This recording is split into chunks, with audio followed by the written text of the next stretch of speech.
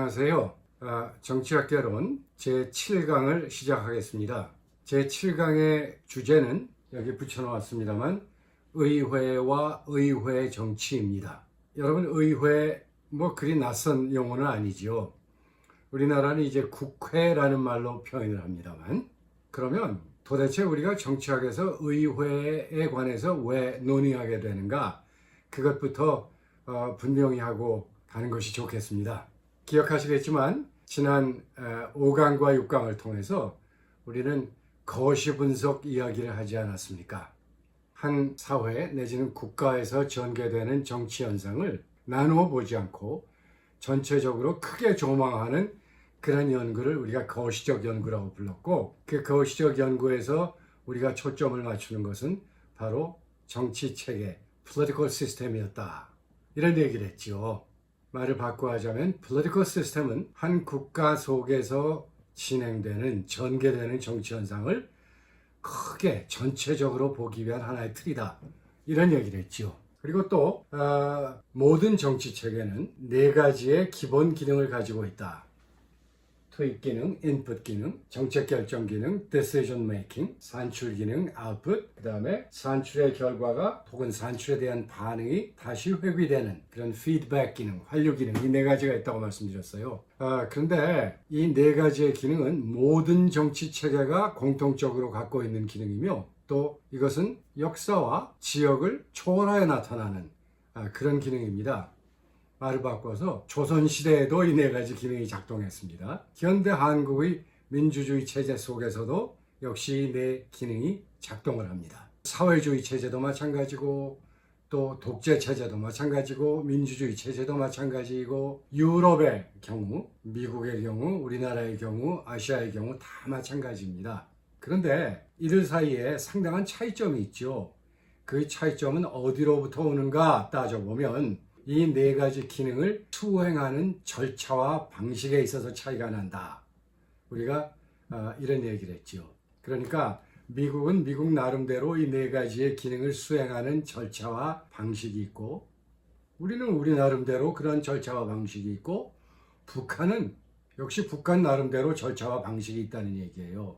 고려시대 역시 나름대로 고유한 절차와 방식을 갖고 있었다, 이런 얘기죠. 그래서 이처럼 정치 체계를 운영하는 절차와 방식, 정치 체계의 핵심적 기능들이 수행되는 절차와 방식, 이런 걸 일컬어 우리는 정치 질서, political order라는 말로 표현을 하고, 다른 말로는 그것을 바로 체제, 정치 체제라고 부릅니다. 요약하자면 모든 정치 체계는 그것이 갖고 있는 고유한 정치 질서, 다시 말해서 정치 체제에 따라 운영된다, 이렇게 말씀드릴 수 있죠. 우리는 지금 민주주의 정치 질서, 민주주의 체제 속에서 살고 있지 않습니까? 그 중에서도 특히 대통령제 정치 질서를 갖고 있죠. 자, 우리가 지금 대통령제 정치 질서를 갖고 있는데, 그러한 질서 속에서 이러한 4가지 기능은 어떻게 수행될까? 또 어떤 조직이나 기관에 의해서 수행될까? 이런 의문이 생길 수 있어요. 그러니까 현대 한국의 대통령제 정치 질서 속에서 누가, 어떤 기관이 투입과 정책 결정과 산출과 피드백 기능을 수행하는가, 이런 질문이 있을 수 있지요. 자, 우리가 의회를 논의하는 이유는 의회가 이와 같은 정치 체계의 4개의 핵심 기능 중 어떤 부분을 주로 담당하고 있기 때문입니다. 따라서 우리는 의회나 또 우리가 앞으로 다룰 정당이나 선거나 또 개인의 정치 행태 등을 따로 독립적으로 보아서는 안 되고, 이와 같은 정치 체계라는 하나의 커다란 틀 속에서 바라보는 것이 좋겠다, 이런 얘기입니다. 그러면 먼저 도대체 의회가 뭔가부터 간단히 얘기해 봅시다. 자, 의회, 아까도 말씀드렸다시피 우리는 국회라는 말을 사용하지 않습니까? 그러나 이제 보편적으로 우리가 사용하는 용어는 의회, 곧 파라먼트입니다. 여러 가지 다른 말로 불리우는데요. 예를 들어 일본은 이제 다이어트라는 말을 쓰죠. 또 미국의 경우는 congress라는 말로 표현합니다만, 도대체 의회가 뭐냐? 현대 민주주의 정치 질서 속에서 의회는 어떤 이름으로 불리우든 공통적인 그런 기능을 수행합니다. 즉 의회란 선거를 통해서 선출된 국민의 대표로서 구성된 헌정기구이다. 헌정기구라는 것은 헌법적 기구이다. 이런 얘기예요. 그리고 의회는 이러한 헌정기구로서 국가의 아주 굉장히 중요한 그런 중대사에 관한 최종 결정을 내릴 수 있는 권한을 행사한다. 이렇게 보편적으로 정의할 수 있겠습니다. 그러면 의회 정치란 무엇이냐? 이런 의회가 몇 가지의 원리에 입각해서 이제 수행하는 그런 정치적 기능을 말하죠. 의회는 세 가지의 원칙에 입각하여 아주 고유한 정치적 역동을 보인다, 움직임을 보인다, 이런 얘기입니다. 자, 첫 번째 의회 정치의 원리는 대의의 원리입니다. 국민들의 생각과 뜻과 요구를 대표한다. 그래서 그와 같은 다양한 국민들의 견해, 요구, 그런 것들을 모아서 대응하기 위한 적절한 방안, 우리가 나중에 그것을 정책이라고도 표현합니다만 방안을 협의하는 그런 기구이다. 이런 뜻이죠. 이 대의의 원리는 그 밑바닥에 아주 굉장히 재미있는 하나의 전제를 깔고 있어요. 그게 뭐냐면 사회는 어떤 사회든 우리나라 사회든 미국 사회든 사회주의 사회든 민주주의 사회든 옛날 사회든 오늘날의 사회든 모든 사회는 분절되어 있다. 잘라져 있다 이런 뜻이에요. 그러니까 사회가 여러 가지로 쪼개져서 그 쪼개져 있는 영역 속에서 서로 다른 요구가 나온다. 이런 얘기죠. 쉽게 예를 들자면 노동자들은 노동자 나름대로의 요구가 있고 열망이 있고 또 사용자, 기업들은 기업 나름대로의 요구가 있고 이해관계가 있고 그렇습니다. 또 우리나라는 이제 그런 복잡한 상황을 겪고 있지는 않지만 인종적으로 쪼개져 있는 사회가 있지 않습니까? 아프리카에서 많이 볼 수 있죠. 그러면 각 종족들은 나름대로의 요구가 있고 나름대로의 정치적인 열망이 있고 그렇다는 얘기예요. 그래서 사회는 어떠한 형태이든 분절되어 있다. 그래서 그러한 분절들을 잘 수용해낼 수 있어야 된다. 분파 세력들의 고유한 이해관계와 요구와 목표를 제도적으로 수용하여 중재하고 조정해야 한다. 이런 얘기죠. 그래서 결국 대의의 원리란 사회적 분절을 제도적으로 수용한 것이다. 의회는 쪼개져 있는데 그렇죠. 여러분 우리나라는 국민의힘, 또 더불어민주당, 그 다음에 또 다른 조그만 정당들로 쪼개져 있지 않습니까? 그러한 정당들은 각각 사회 내의 고유한 분파 집단을 이제 대표하는 것이다. 이렇게 볼 수 있는 거죠. 두 번째는 대의의 원리로부터 파생된 것인데 두 번째 원리를 우리는 정치적 교환의 원리라고 부릅니다. 그러니까 의회 속에서 이제 각 사회 분파 집단의 이해관계가 끌어모아지고 대표되고 대의되는데 이제 그들 간의 협상과 거래를 통해서 서로 충돌하는 혹은 서로 잘 조화될 수 있는 그러한 다양한 사회적 분파 이익을 조정하는 기능을 한다. 이게 바로 정치적 교환의 원리입니다. 교환이라는 건 말 그대로 주고받는 것 아니에요?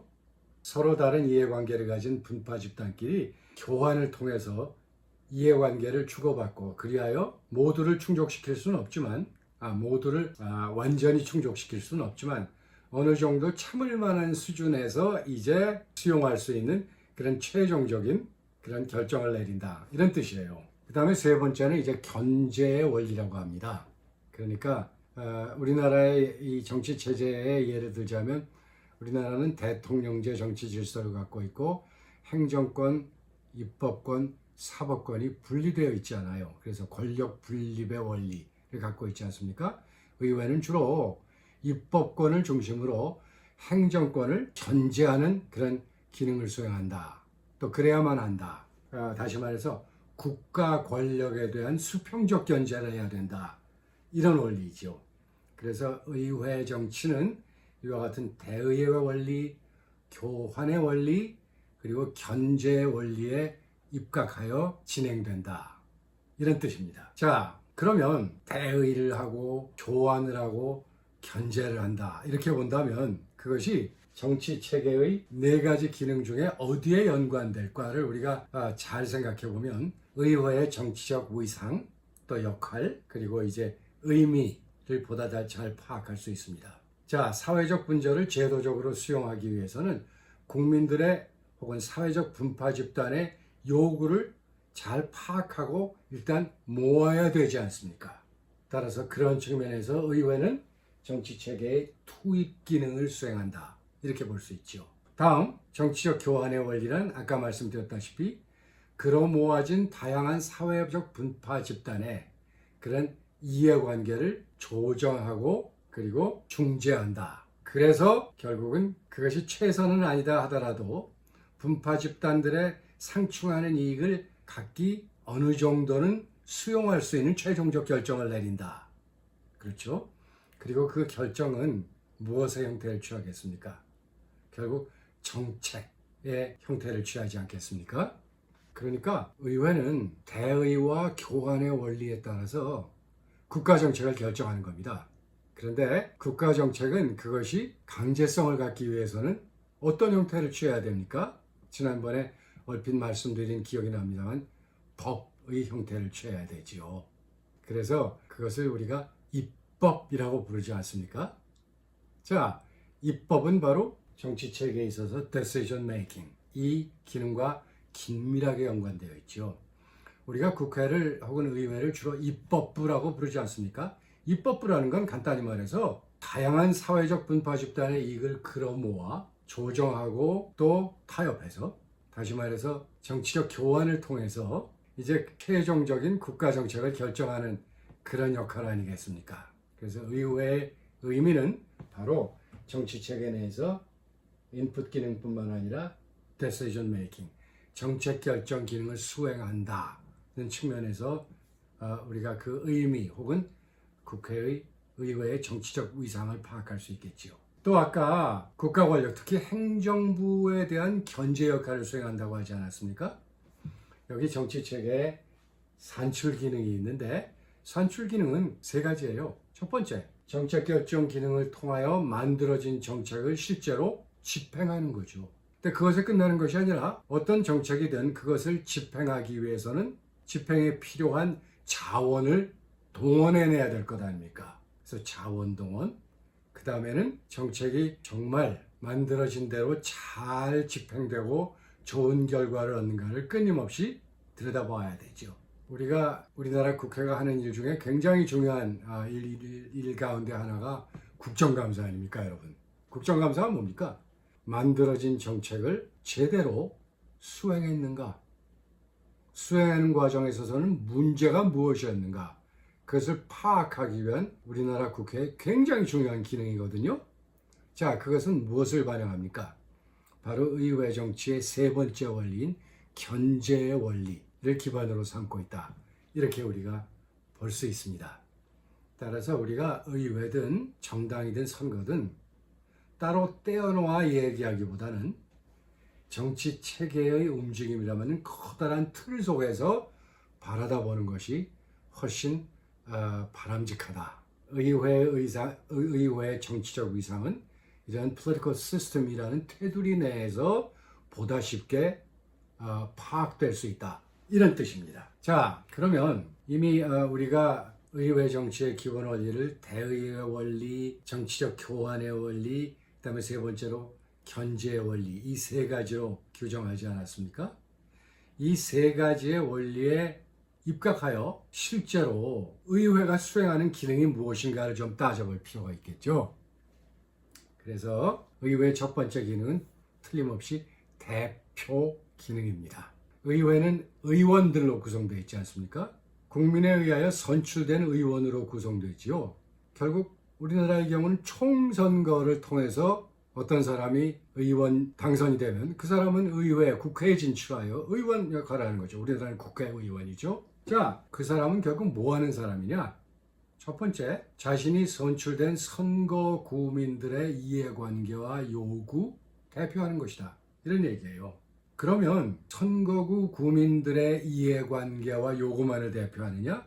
때에 따라서는 그렇지 않을 수도 있습니다. 국민 전체의 이해관계를 대표할 수도 있어요. 그래서 의원들이 어떻게 일반 시민들의 선거 구민의 국민들의 이해관계, 다양한 사회적 분파 집단의 이해관계를 대표하는가에 관한 두 가지 입장이 있는데, 하나는 이제 의원은 대리인이다, 델리게이트다. 그러니까 선거 구민들, 국민들 어떤 분파 집단의 이해관계를 정책 결정 과정으로 날라다 주는 그런 역할을 하는 거다. 그러니까 릴레이의 역할을 한다. 이런 입장이 있고, 또 하나는 의원들은 피신탁인이다. 그러니까 트러스티들이다. 이렇게 보는 입장도 있어요. 그러니까 우리나라 선거구민들이, 유권자들이 어떤 사람을 선택해서 투표해서 지지하고 표를 던져서 당선되게 만들지 않습니까? 그렇게 되면 그 사람에게 우리 이해관계가 뭔지 당신이 잘 파악을 해서 국회에 가서 우리를 대표해다오. 우리의 이익을 잘 파악하고 그리고 의회에 전달하고, 그래서 정치적 교환의 원리에 따라 조정하고 중재하여 우리를 위해서 좋은 정책을 만들어 다오. 다시 말해서 모두 맡길게. 이렇게 보는 사람도 있어요. 그러니까 의회를 구성하고 있는 의원들은 시민의, 유권자의, 또 분파 집단의 대리인이다 라고 보는 입장과, 이들로부터 이익대표의 권한을 위임받은 피신탁인이다. 우리가 의원에게 우리의 이해관계를 신탁한다는 얘기죠. 그런데 제 생각에는 이 두 가지를 다 수행하는 것 아닌가. 어떨 때는 델리게이트로서, 대리인으로서, 또 어떨 때는 피신탁인으로서 역할을 수행하지 않나, 이렇게 생각합니다. 자, 두 번째로 의회 대표 기능과 관련하여 우리는 이런 질문을 할 수 있어요. 도대체 이 사람들이 대표하는 게 뭐지?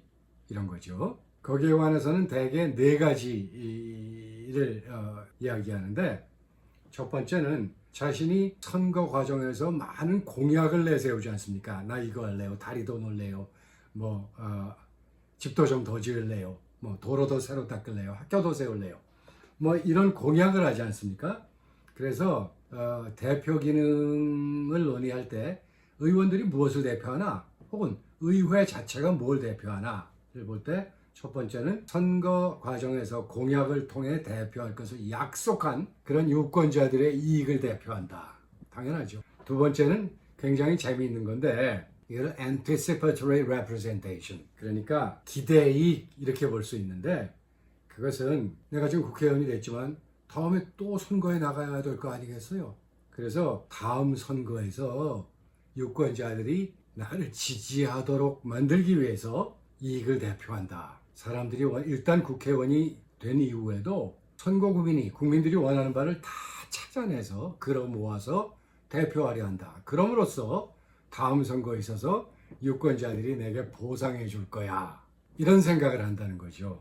이 경우에 우리는 바로 다음 선거에 있어서 보상을 기대하고 대표하는 이익이 있을 수 있다는 얘기고, 세 번째는 의원들도 자기 나름대로의 생각이 있어요. 원하는 바가 있고요.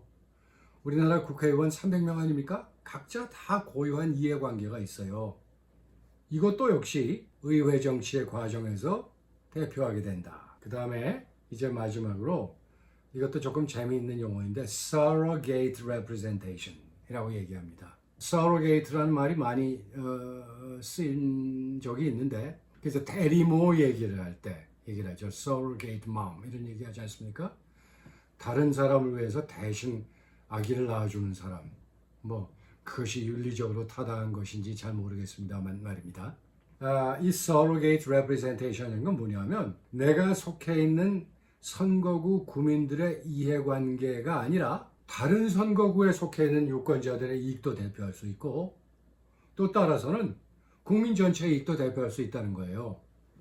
이런 예를 들죠. 보면은 우리나라 지금 전기의 상당 부분이 원자력 발전소로 생산되지 않습니까? 그런데 내 선거구에는 원자력 발전소가 없어요. 다른 선거구에 있단 말이에요. 그때 의회는 이제 과연 원자력 발전소를 만드는 것이 타당한가, 더 증설하는 것이 타당한가, 위험하지 않은가, 아니다, 굉장히 요즘은 안정적이다, 안전하다, 그러니까 효율적으로 전기를 생산해서 공급하려면 원자력 발전소를 더 지어야 된다, 안 된다, 이런 논의가 막 전개되지 않습니까? 그때 이 사람은 찬성을 할 수도 있고 반대할 수도 있어요. 원자력 발전소 증설을 찬성할 수도 있고 반대할 수도 있는데 자기 선거구에는 원자력 발전소가 없단 말이에요. 다른 선거구에 있단 말이에요. 그럼 다른 선거구에 이 속해 있는 유권자들이 반대를 할 수도 있고 찬성을 할 수도 있어요. 반대건 찬성이건 이 의원이 그 찬성 혹은 반대 견해를 대표해 줄 수 있다는 거예요. 또 국가 전체적으로 얘기할 수 있지 않겠습니까? 뭐 만드는 것이 낫다, 그렇지 않다. 이제 그때 만드는 것에 찬동을 하든지 아니면 반대하든지 이럴 경우 우리는 이 의원이 소위 surrogate representation, 그러니까 대리 대의를 하는구나, 이렇게도 볼 수 있다는 얘기입니다.